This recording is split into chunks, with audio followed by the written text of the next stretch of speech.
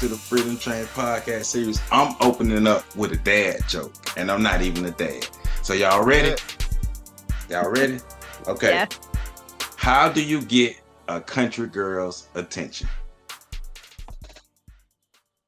Don't know. A tractor. Get it? A tractor. A tractor. I didn't want to ruin your moment, but I felt bad for knowing that joke. That's so Hey, bad. I did not know it. That's bad. But and that's how you open up a podcast with a dad joke. This is a Freedom Chain podcast. It's the greatest podcast that you've ever seen in your life. I am Joseph Ward, and accompanied by my homeboy, Mr. Patrick Irvin, out there in nature with his shoes off, grounding while he's podcasting with us, becoming one and centering his root chakra. Ain't that right, Patrick? Absolutely. And I'm also working on using nature energy to sharpen my edge up because I want a nice 5. Oh, you can do that? So, yeah. Okay. And we got a guest host. We got somebody in here with us today. So she's like, when it comes to homeschooling, if you trying to do some homeschooling anywhere in the world, she's the plug. Okay. If you trying to learn how to lay down footprints to your future, she's the one that you need to be hollering to. All right? We bringing you straight out of Charlotte, North Carolina. Okay. Miss Kristin Jackson. What's going on? Hi. Thank you guys so much for having me back. I appreciate it. No problem. Thank you for joining us. You know how we feel about you. We love you, and we think you are the sugar honey iced tea. So always welcome with us. Hey, would I get us flagged? Sugar honey iced tea? No. That's why I said sugar honey iced tea. There are no flags.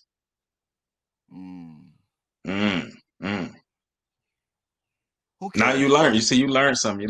So before we get deep into it, we're gonna let Miss Kristin reintroduce herself like Jay-Z did.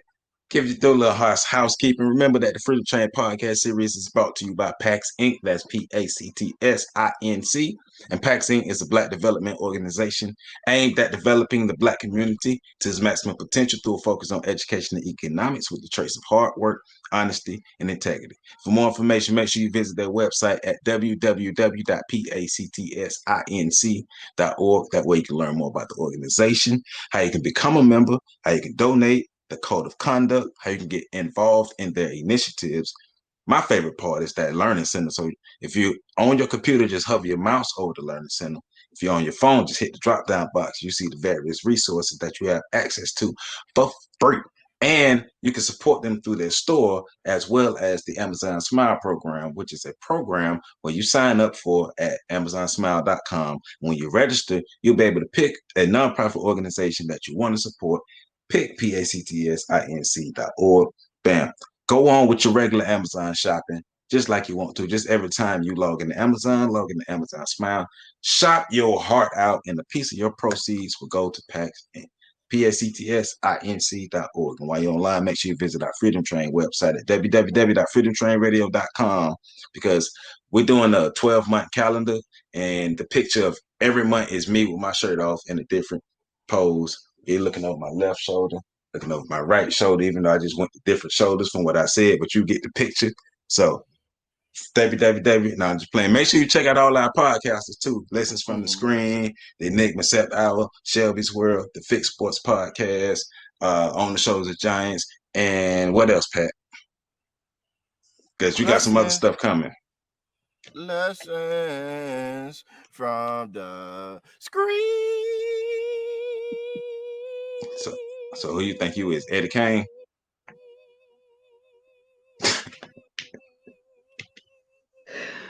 Oh, I needed a good laugh today too. He's still going. Hey, that must be that maca root. Thank you, Apollo. That must be that maca root working in your veins because you kept going and going and going. All right. So Oh, he nasty. He's nasty. So it took me a second, but I got it. why use Viagra when you can use Wait. Stop that, because everybody on this line is on maca root. Ooh. You better believe it. That's why we know.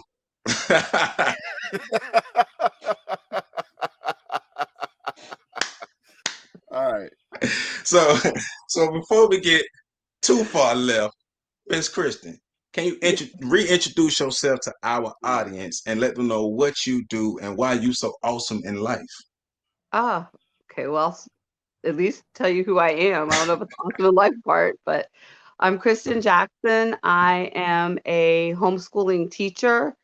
Um, I provide homeschooling classes, homeschooling resources, homeschooling information to those who are interested in or who are currently homeschooling. I try to explain to people that homeschooling is not just about education, but it's actually a way of life. And I help to hook them up with resource material and people who can help them on their journey. Okay.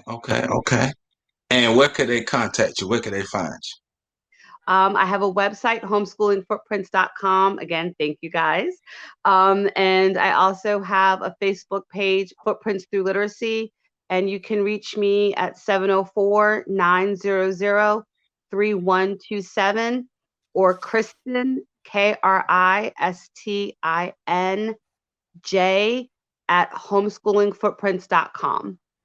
Okay. And at the end of the show, I'm gonna ask you to repeat that so people can probably 2-3 more times throughout the show so people can know where to find you at. We No, want to yo, make sure. you repeat it. Like Dr. Umar Johnson, you say it 3 times, they'll remember. All right. So before we get into our topics, I got one more dad joke. Y'all ready? What did Tennessee? You don't know? The same thing that Arkansas. Hey, if you want some bad dad jokes.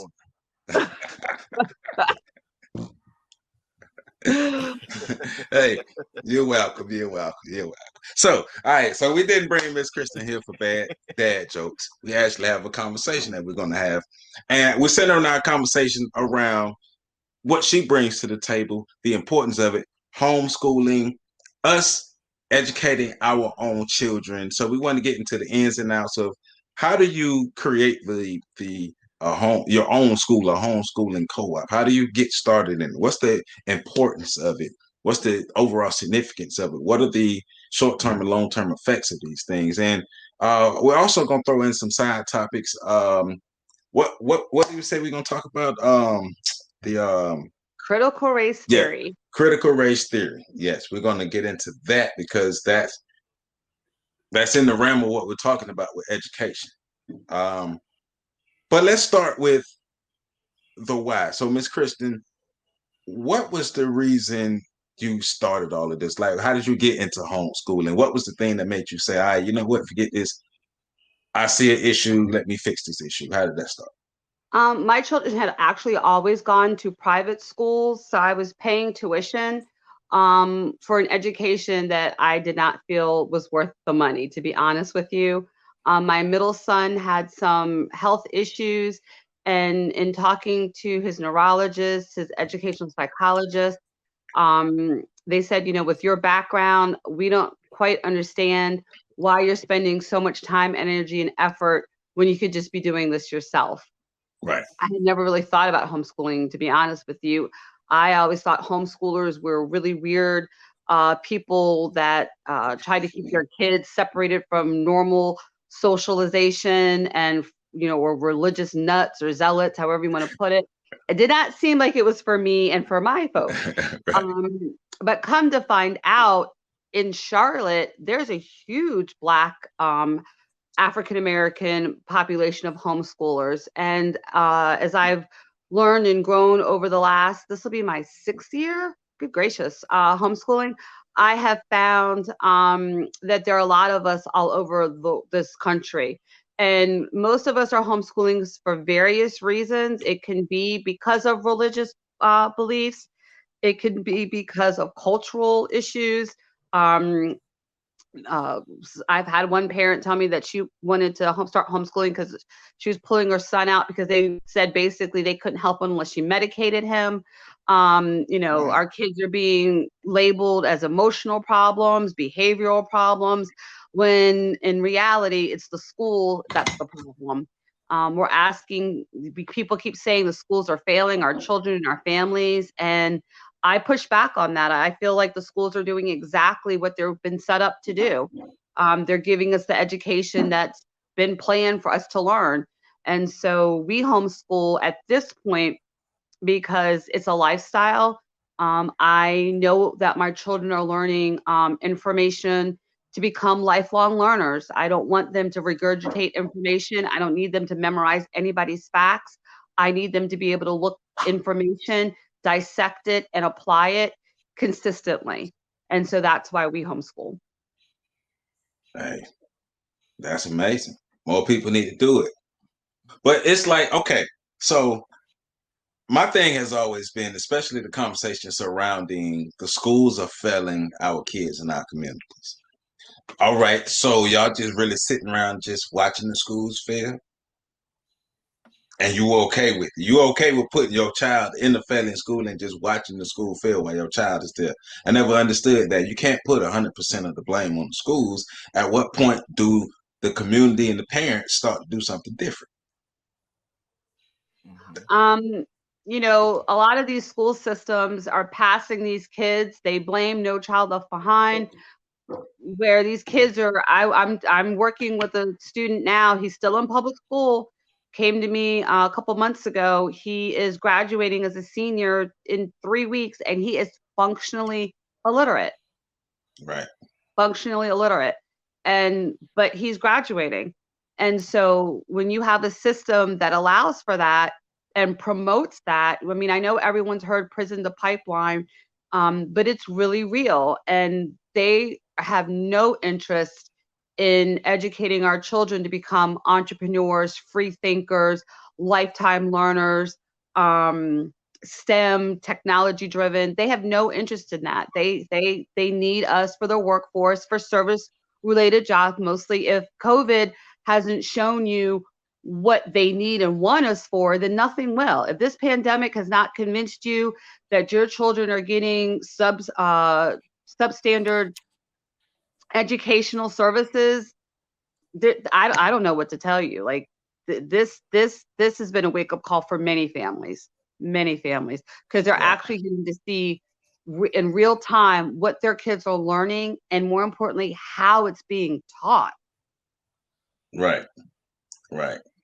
Yeah, that's unfortunate. But one thing out of that is you recognized an issue and then you decided to do something about it. So you decided to create the homeschool. So can you?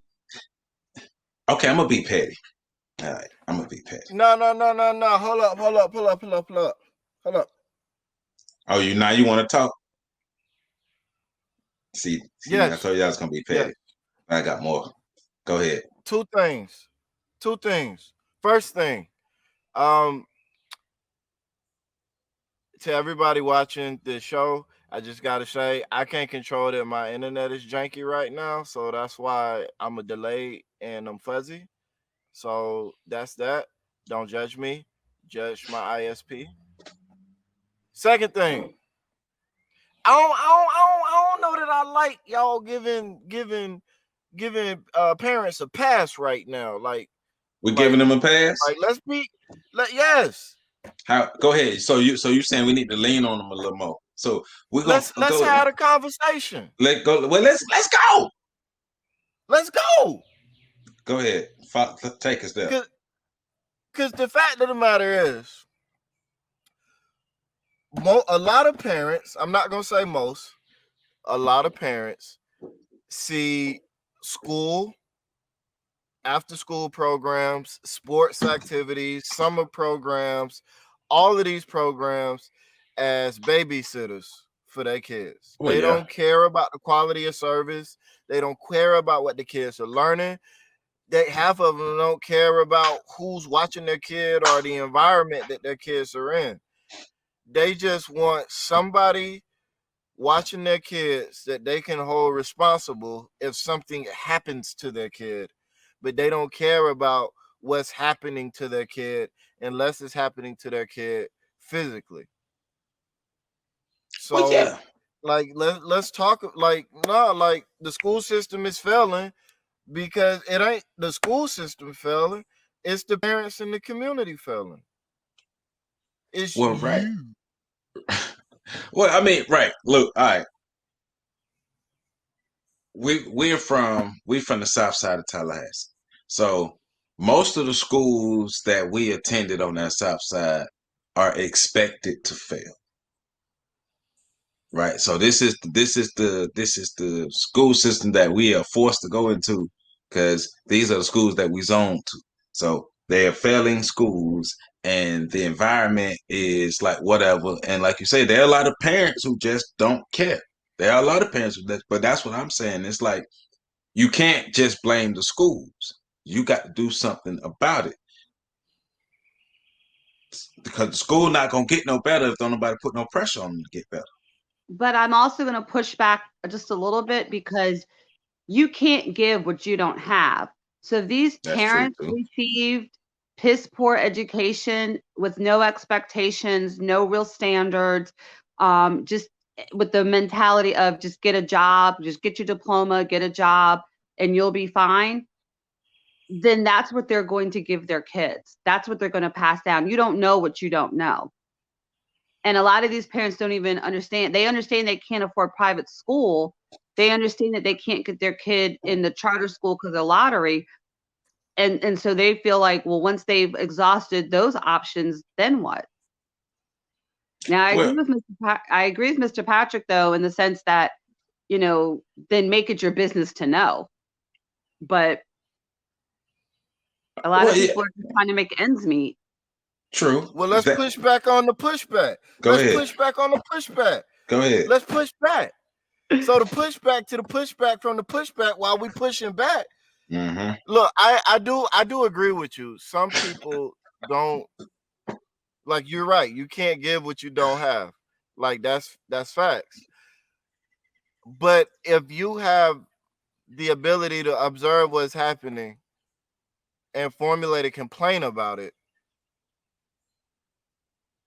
you know what I'm saying? Like, so we're talking about actually three. I would categorize them in three different categories of a type of a parent, honestly. right. So I think that to have an honest, open conversation that's solutions based, you've got to address who really can make the changes and really can make a difference in their children's education at this time. And that's not going to be the parent who needs the school system to babysit, who needs aftercare, like you said, just to take care of the physicality of their child, and really doesn't have the time, energy, or effort or know-how to look into their children's education more than, oh, I see here you got A's and B's, great. Not realizing that those A's and B's don't mean anything because your child still can't read, has issues with reading comprehension, has issues with coding, has issues with learning basic algebraic formulas, but they've got that A and B, so they think that means something. I pulled my son out of school with straight A's and B's and made him repeat ninth grade because I realized he couldn't write for anything. But yet he had a straight A in English, honors English. But his honors English, ninth grade honors English was my sixth grade writing skill level. Right. So I think we really have to be honest and look at what's really, really, really going on. Okay. So my question is, all right, you have your homeschool, you see these issues. So let's say, well, let me ask this. Have you had children who come out of the public school system to come into your homeschool system who, yes, they have the grades, but they lack the actual knowledge? Do you have those kids? So how do you address those inefficiencies? Like kind of You don't have to give away all the sauce, but kind of give us a Okay. couple steps of how you address those issues to bring them I up to speed. gladly will give the sauce away because I want my kids to grow up in a world where they are around people who can think for themselves and also want to be lifelong learners. I don't want my daughter's potential pool of suitors to be dumb and uneducated and or for my sons, and I don't want Right. the people making decisions for me when I'm old to be uneducated, illiterate, unable to do research, and believe in everything they hear and see on TikTok. No, thank you. So when I get kids, I literally start everybody off at the beginning. What is a noun? What is a verb? What's an adverb? What's an adjective? And we build from there all the way up until I've got my second and third graders doing research papers.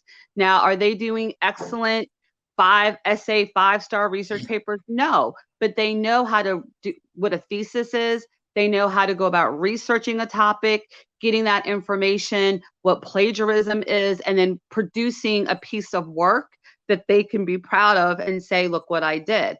Our public school system is all about show. There's no application. So great, you read 50 books about how to change a light bulb and you filled out your little bubble sheet and you made your little AR test and got straight 100s, but then you come home and I'm like, okay, great, now change those light bulbs. Can't, they can't buy what they've just read.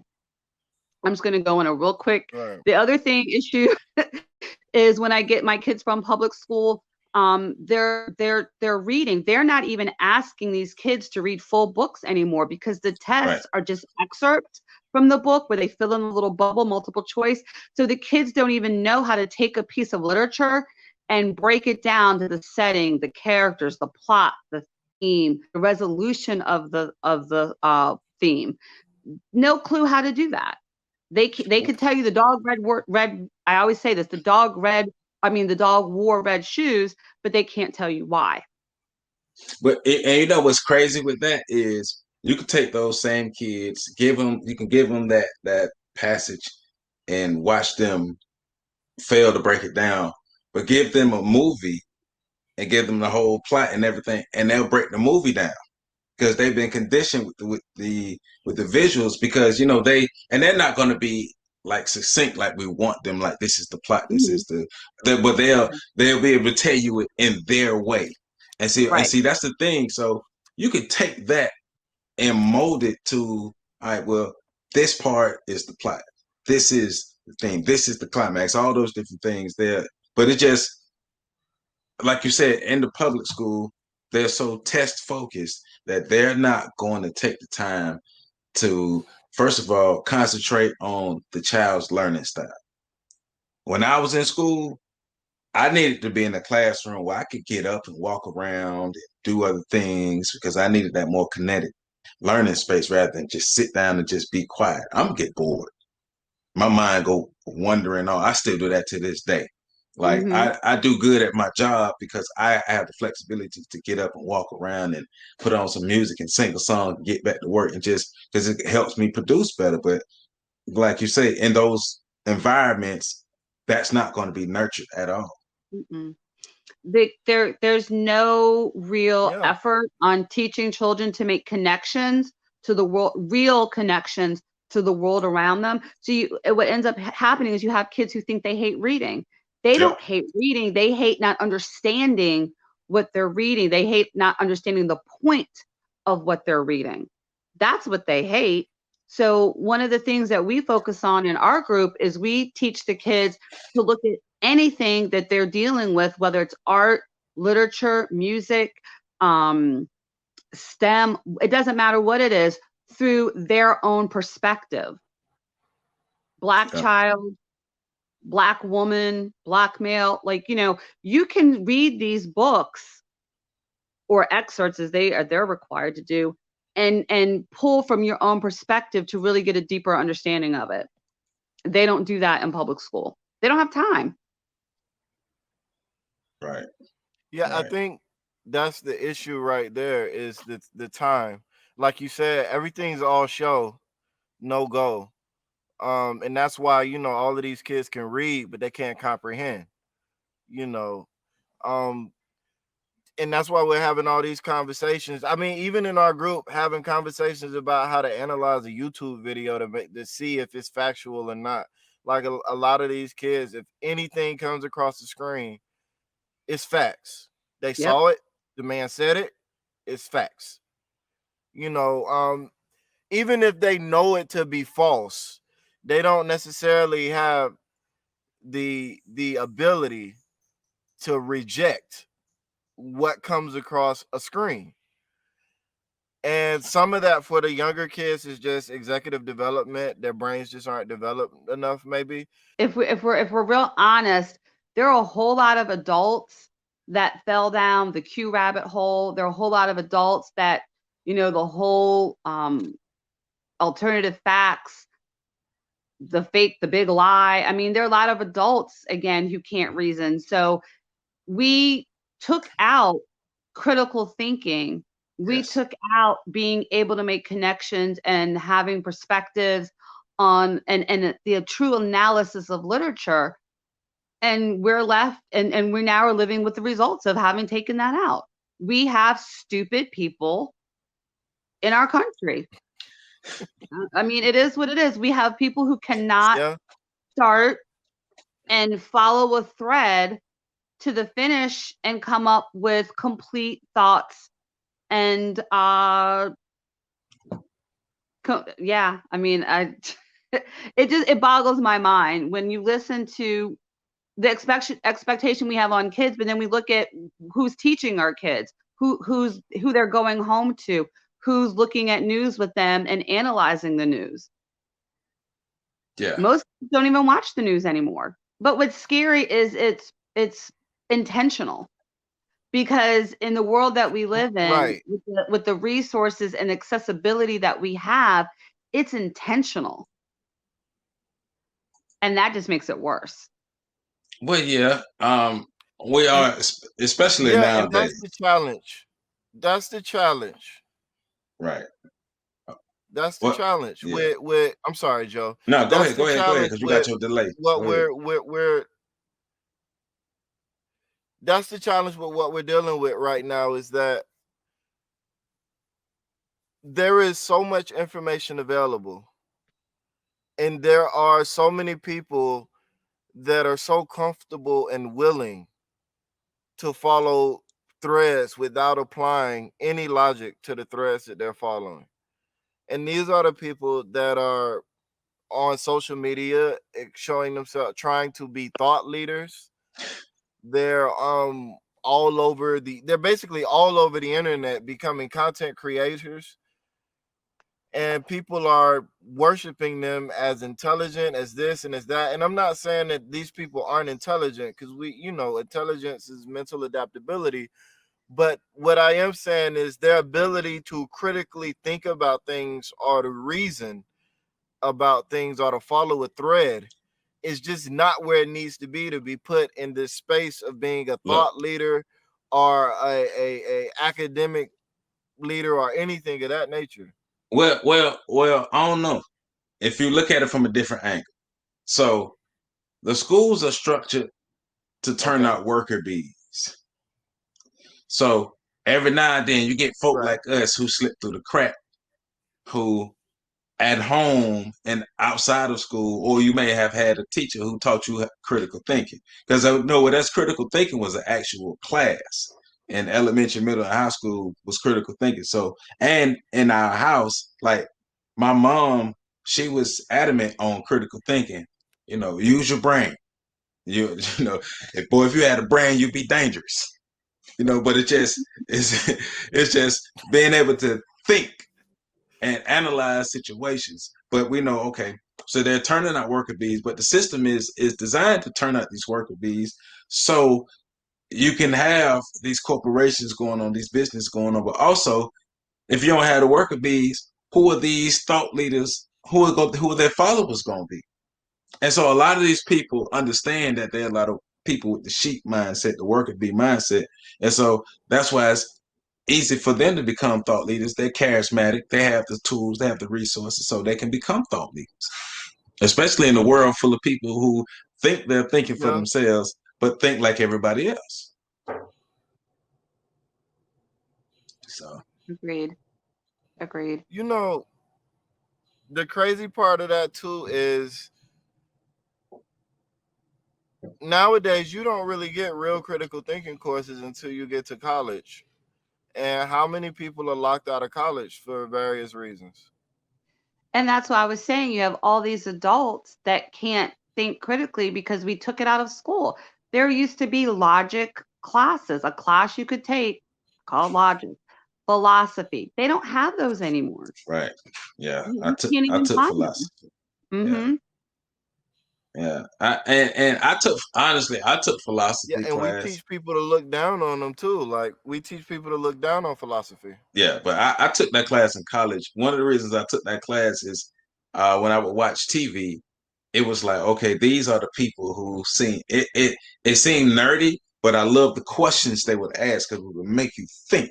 And so I was like, oh, when I got a chance to take a class like this, I'm gonna take it because I like to think, I like to solve problems. And so it was one of those things that, push you mentally. People are afraid of mental exercises. Like you say, people aren't reading. But okay, so I do want to ask this. All right, so um, within your homeschool, like or within the whole structure of the homeschooling, when we have uh, critical thinking not being taught, reading isn't in abundance. Like we have all these kids coming out with all these deficiencies.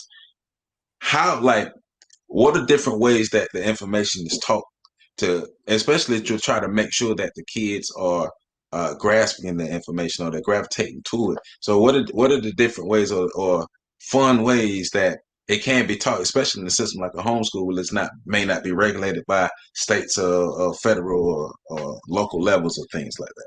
Right.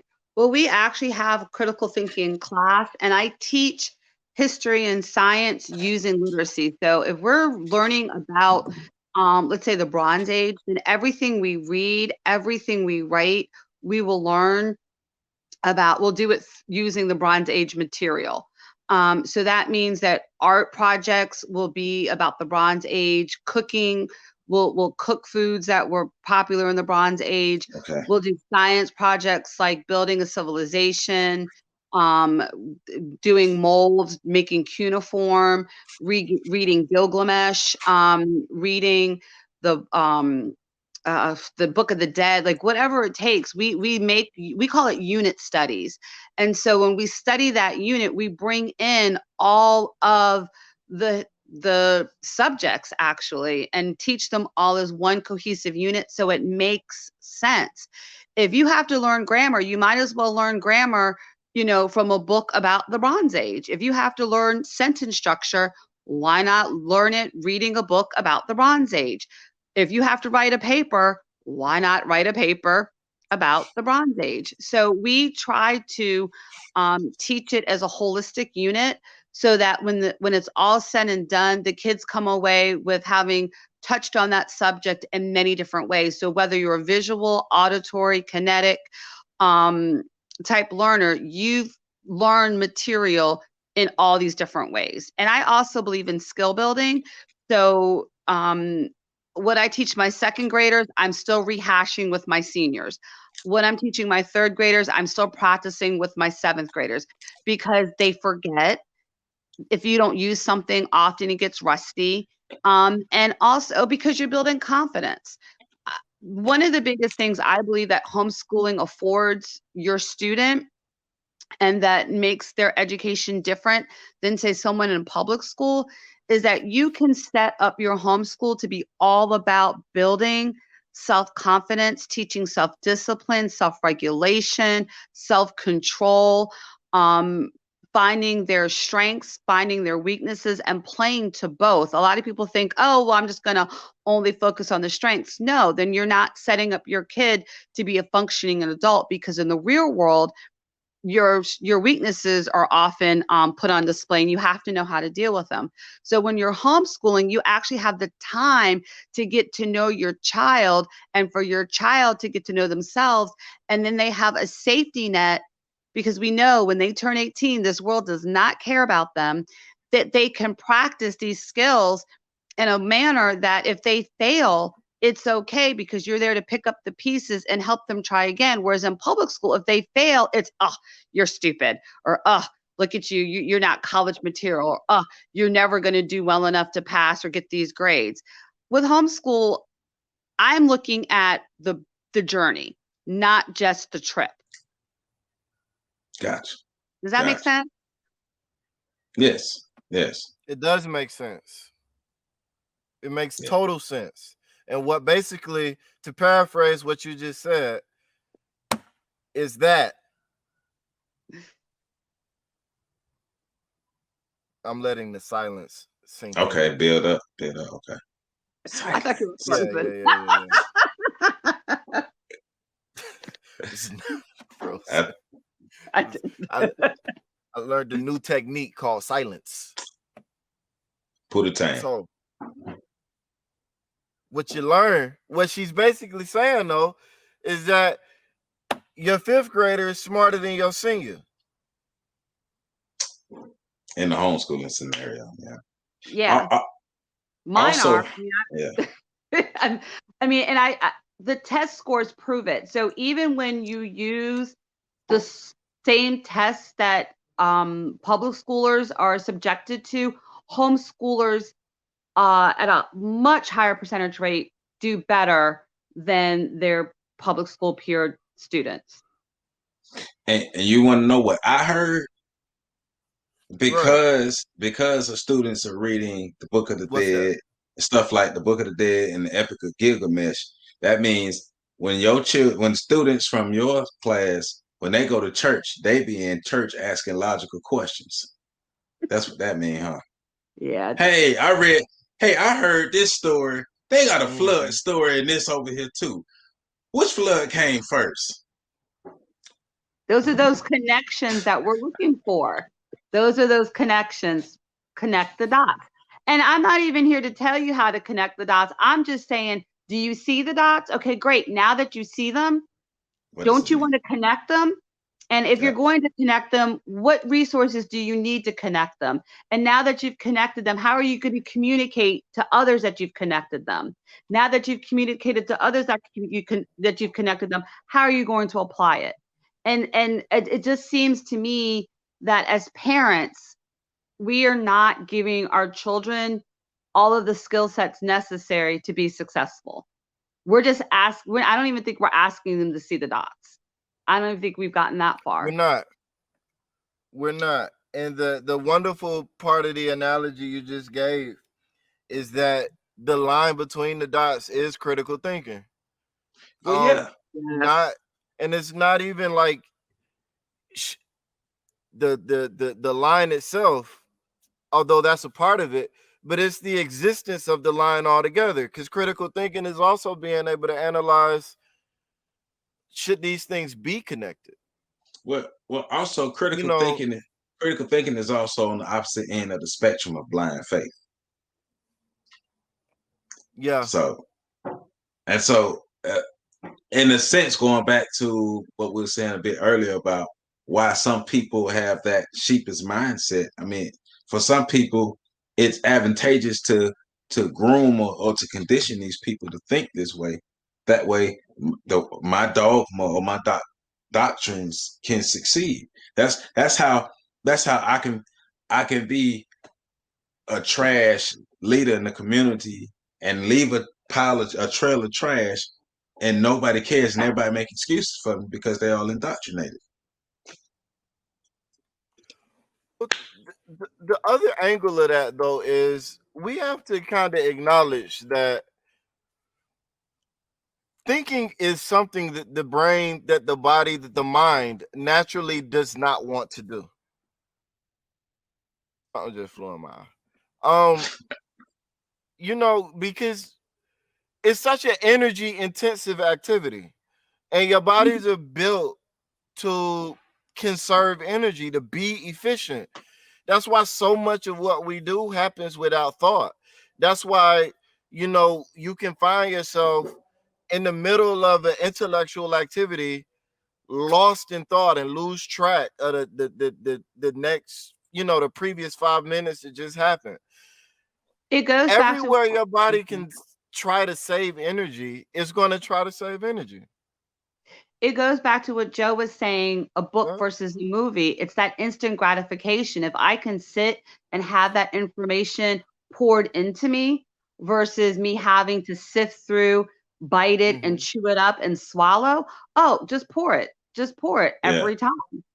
And, Every time. and for me as a reader, I don't even get it because the pictures that I create in my head and the storylines from the book is so much better than the movie. Always Every time. the book is always better than the movie. But That's once again, being conditioned and being like for me, I didn't really become an avid reader until I got to college. I had this one class, it was some kind of African American studies class. It was 7 people in the class total, and we all had to pick a book that we wanted to read. And the trick was, okay, now that you picked your book, not only do you have to read your book, but you got to read everybody's book. So we had to read 7 books in a semester. oh, I like that. But I read every book and I learned from every book. And so even some of the books now, I go back and like this book, looking at how powerful the book was, or it still is. I didn't get it then because I was just trying to read it, but I picked up some things. But now it's like, okay, but it has to be something that spark. How do you get people interested in reading? Well, what are you interested in? Let's start there. Absolutely. Absolutely. And and to go back, you asked me how do I engage the kids? One of the things, so when I pick books, I look for a book that there's a movie to. So or there's a similar movie based on the theme. So when we go and we're looking for text to media connections, there it is right there. So Epic of Gilgamesh is a quest. What else is a quest? Oh, Lord of the Rings, The Hobbit, those are quests. Let's watch those. Which are better and why? Like you have to engage kids where they are to get them where you hope that they will be.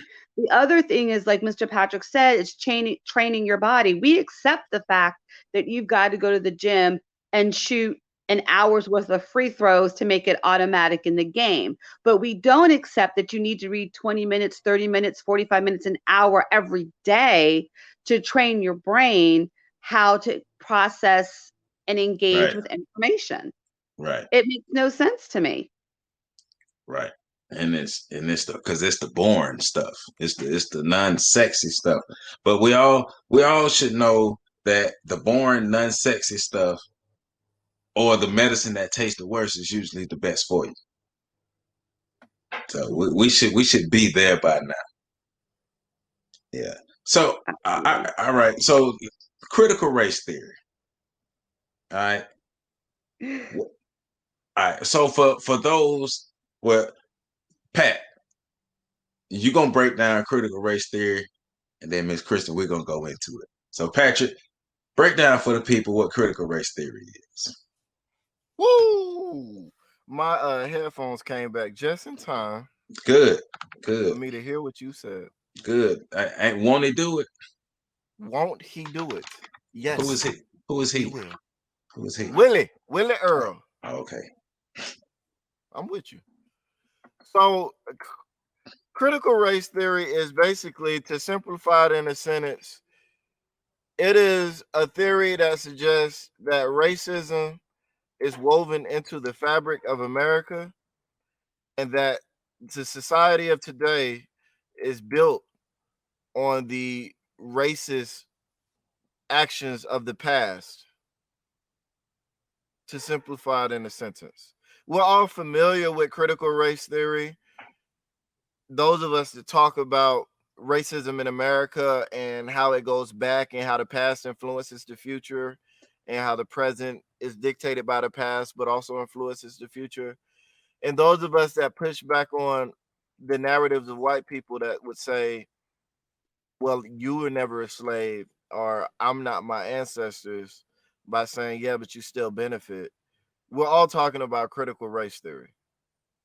All right, Pat. All right, so you gave us the breakdown of what critical race theory is. Okay, Right. so let's deal with the issue right now before we go into how we are implementing it and how we're combating what's going on. So basically, the white folk don't want it being taught, correct?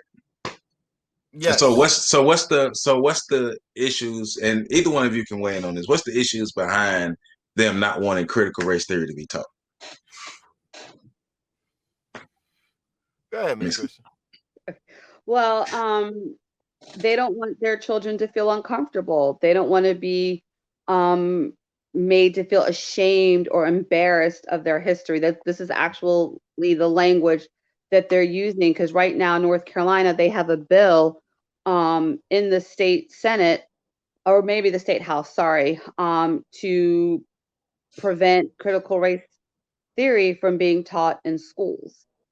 So they don't want the shame or the embarrassment or the bad feelings to come about, and they feel like it's going to further create issues between the races by constantly bringing this up and stirring the pot, as you will. Oh, Right. so white people don't want their children to experience what black people children experience for over 500 years and are still experiencing to this day, even though not talking about race and leaving people out of history does stir the pot. Okay, gotcha. Yeah, and they don't want to be held accountable. And they're saying that teaching critical race theory is teaching children to hate America And themselves, and because of themselves. course they're only talking about the white children. Oh So yeah, that's their hate concern. themselves. Okay, but America was literally built off of race, and I get what they're trying to do. I get it, but in reality, America was literally built off of racism and conquering, and that's why we're here. That's the literal reason why we are here where we No, are. it's not, Joseph. No, it's not, Joseph. What is? Because Columbus. America was built off patriotism, hard work, integrity, honesty, Okay. and altruism, faith in your fellow man, the city on the hill, Syphilis. heaven's mandate. Don't leave out syphilis. And don't forget God's will, manifest destiny. This is God's will. Right. God's will, manifest destiny, Right. the best of what humans can offer, the Hey. jewel Hey, in the you know what? scrotum. I was Western philosophies, experiment done right. Mm-hmm. I was in, I remember this. I was in like the ninth grade. Mm-hmm. And we were in like the social studies slash critical thinking. And they were talking about manifest destiny. And I got upset because my light switch came on. Because as they were talking about manifest destiny, because I've been hearing about this for a while, manifest destiny, manifest destiny, manifest destiny. And then when I thought about it, I was like, okay, so they manifest destiny, they're talking about this good thing, but neither black people nor Native Americans benefited from this. Manifest destiny means I go take all your stuff and you just supposed to be happy about it. Oh, and I came to that realization in the ninth grade. And it's just funny that they are, but I get it though. The thing is, there's no way white people can stay dominant if they have the idea of, wow, we did something wrong. So we're going to be morally right in this time. And since we're going to be morally right, we're going to hide what we really did because we want to stand up to these morals and we don't want our children looking at us like we wrong, even though all of this stuff, even if they find out, they're not going to give it up because they still like to benefit from it. It's cognitive dissonance, plain and simple. Yeah. I think people need to understand that education, rhetoric, politics, all of that has perspective. And the perspective of all of this stuff is from the perspective of a white person. Yep. Manifest destiny is 100% true from their perspective. We didn't do anything wrong is 100% true from their perspective. We only killed savages. Well, I was about to say, because if you look at their total narrative, It's that they saved everyone because they converted them to Christianity and they took them out of their savage ways and gave them a better life. They gave their children school. They gave medication. They gave a better way of living. So, Right. Absolutely. Right. but So that's another technique when you talk about techniques for homeschooling, that you can use is like whenever we read anything, we always do an author study so that we can read when the book was written, who it was written by, what their life was like, what their perspective was before you even read the book, because a lot of times it's going to seep out. So especially if you're reading the so-called classics, it's filled all the classics are books written by old white men. Yeah. Few old white women spattered in there, but it's old white men. And so if you don't understand that in the early 1900s, yes, Asian people were disparaged. Yes, African American people were disparaged. Jews were disparaged. Native Americans, and it's more than just being disparaged. They weren't even considered. It's all about whiteness, white Anglo-Saxon Protestant male whiteness. Yes. Yes. And so if you don't look at everything through that filter and then learn to flip it through your own perspective, you go through the world accepting all the BS that they give you.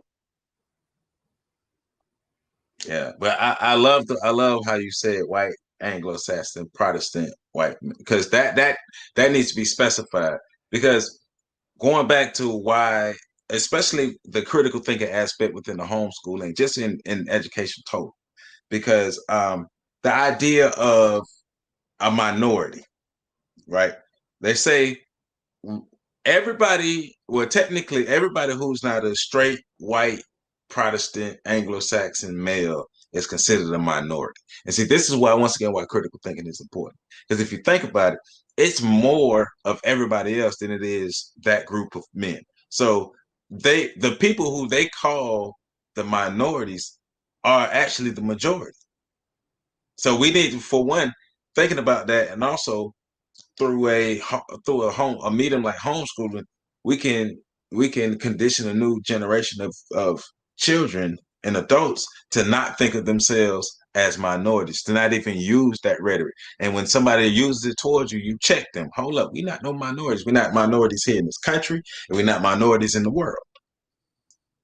So yeah, that critical race theory, that's well, crazy though. that's where you get into playing games that's where you get into playing games with semantics and all of this other things. And they're very good at moving the goalposts too. Because in the same breath that they will say all of you guys are minorities and group us all together as minorities, when we say, yeah, but there's more of us than there are of you, they'll say, yeah, but there are more white people than black people.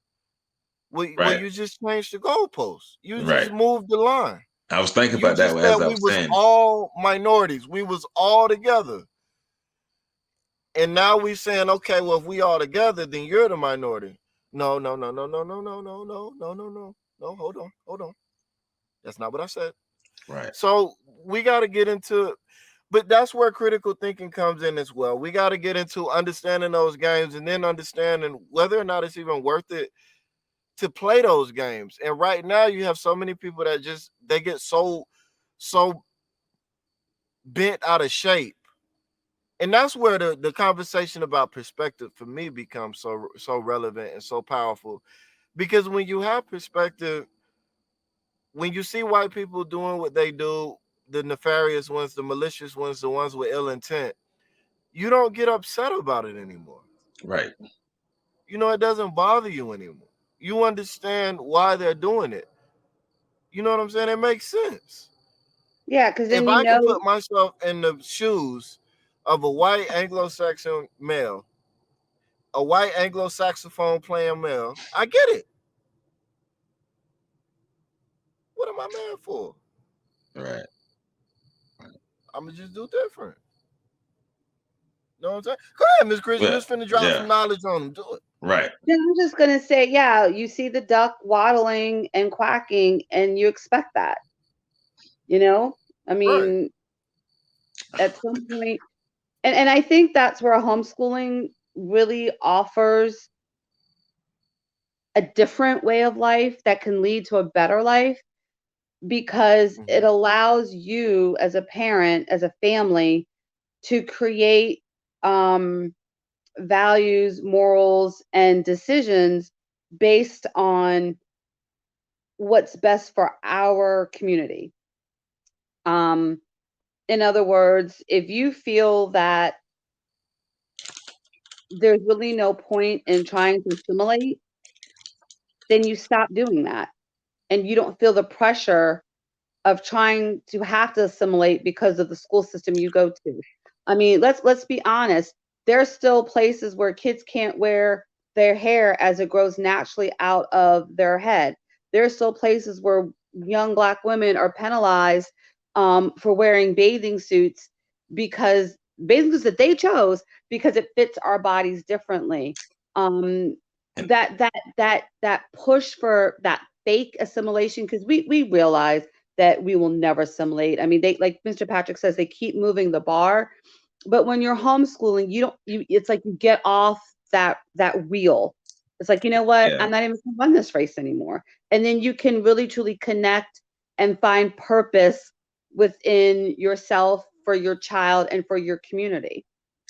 I'm side-eyeing all parents who are willingly putting their kids in these hostile environments where they're being terrorized, and they keep convincing their child that everything's going to be okay just because they want to send their child back because they think this gives them the best opportunity, even though they're gonna come out traumatized. Like even when we Abuse. look back at integration when it happened, integrating the schools, like what what's wrong with you to send your little, especially little daughter, into school to be terrorized every day, and you thought it was a good idea? Like that's crazy to me. Why not we teach our own? We are intelligent people. We got some crazy ones, but we got some intelligent ones. We can educate our own. You know, that's me. They wanted our teachers, our doctors, our lawyers, our bankers. They Because we did what we did, and we did it very, very, very well. Very well. I Right. come from a long line of educators, and the This stories isn't. they used to tell, um, they were recruited by white schools, white principals, because they knew they were no nonsense, and that their children would learn. And Yeah. this is what's interesting to me about that is the conditioning, right? If we're still talking about critical race theory, critical thinking, and the ability to analyze information, both historical and present based, is the discussion of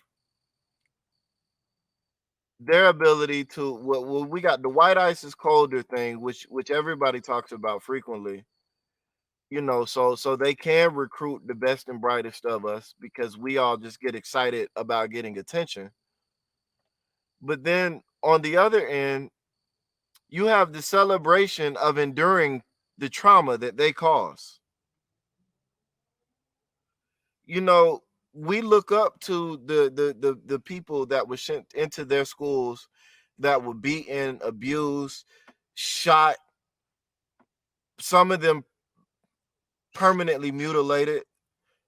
Assaulted. We know their names. We celebrate them. We recognize them daily. How many people know the names of those families who said, "No, I'm not going to send my child to this school"?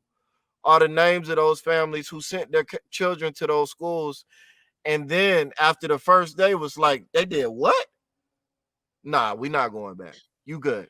Nah. Matter of fact, they better hope I don't go back. We need to know the names of people like Marva Collins, who built their own school. People like Kristin Jackson, who built their own school. With those are the names that those are the people we need to know. Those are the names we need to know, because it's kind of like, oh,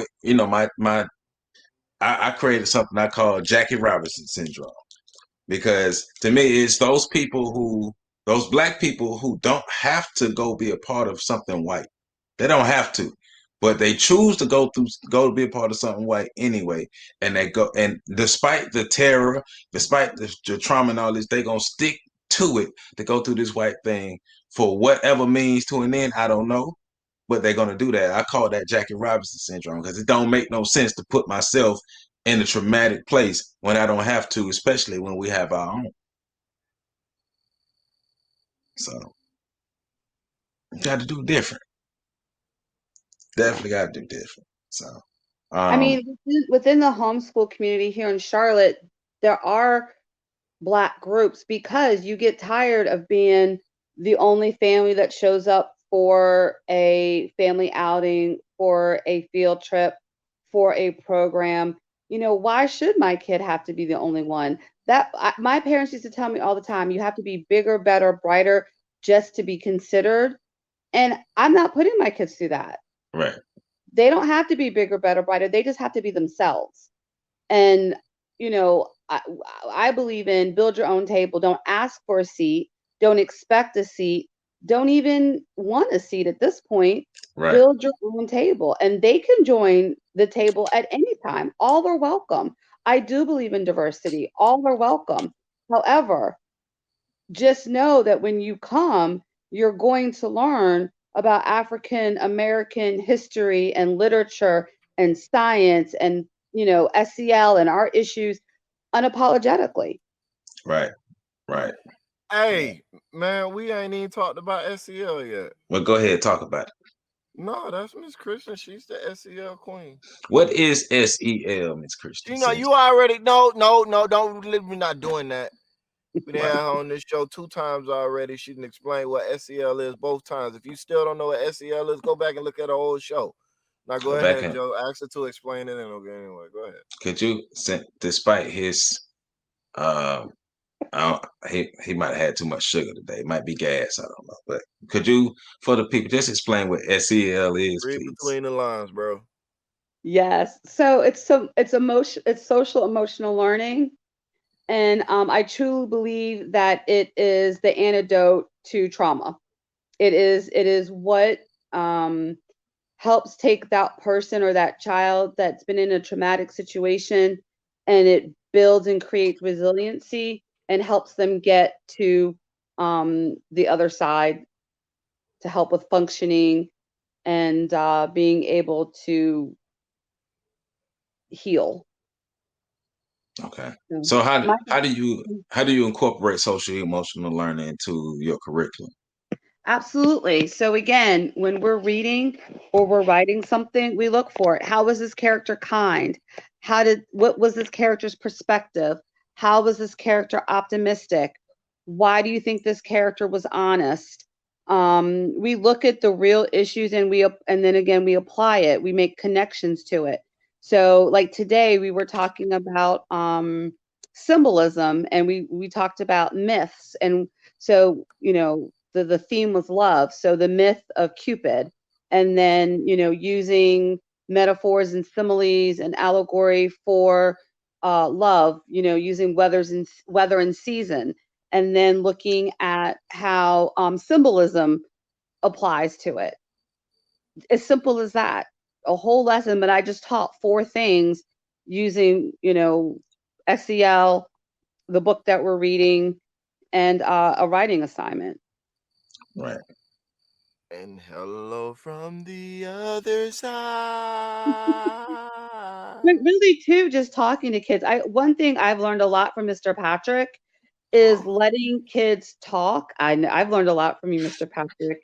Letting kids talk, letting them be authentic, and not trying to hear or overspeak what you think they should say or what you think that they should feel. Really giving them that time and that space to develop. Right. And not inhibiting that growth because you want them to grow the way you want them to grow. No, it's not no plant. It's a human. Right. I'm guilty as a mom, picking and choosing when my kids are adult or grown up. They're grown up enough to handle this when it's convenient for me, but you're still a baby. You can't do that because it's not convenient for me. So, Right. Teaching kids what it is to have emotions, what to do with them, and how to handle. Like Mr. Patrick and I were talking too, allowing kids to realize that it's a process, and any change, you really do need to look at the grief process, the denial, anger, bargaining, depression, acceptance model. Because I feel like as human beings, when you allow children, especially, to move through that space, then real change begins. And you can use books to do that. Okay. Okay. Now that's good. So look here, people. We have solutions to our own issues, but we just have to take those steps to solve our issues. Let's think more about educating our own. That's one reason we're having this conversation. Um, it's also our Black Women Celebration Month, so we also want to celebrate. And my point to we also want to celebrate Miss Kristin and all of her efforts that she's doing in the homes. Tell them where can people find your homeschool? How can they get in contact? You want to do that one more time? Yeah, so you can go to the website at homeschoolingfootprints.com. I'm also on Facebook, Footprints Through Literacy. You can reach out at 704-900-3127. And last but not least, email is KristinJ@homeschoolingfootprints.com, KristinJ@homeschoolingfootprints.com. And the website is homeschoolingfootprints.com, where you go check Yeah. them out. Yeah. Done by Pitt Web Design. They're amazing if you need a website. Can't go wrong. Highly recommend. I heard Pitt Web Design. I heard they 5. I heard they 5. So, yeah, okay. I've been hearing that too. Okay. Yeah. Okay. I might have to get me a website by them. Hey, look, me too. Highly recommend. Highly recommend.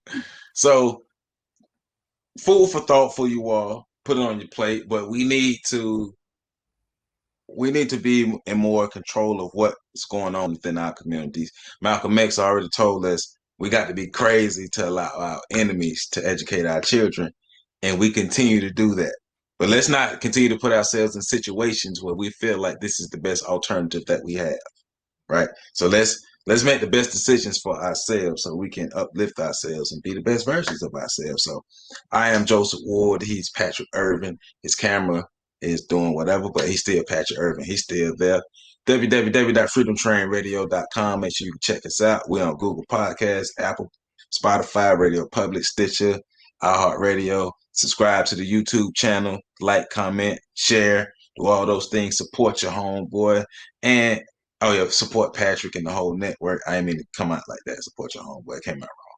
I thought I was on the podcast by myself for a minute. But either way, we out of here. Y'all want another dad? Nah, I ain't gonna give y'all no more dad jokes today. See y'all later. Peace. Bye. Thank you.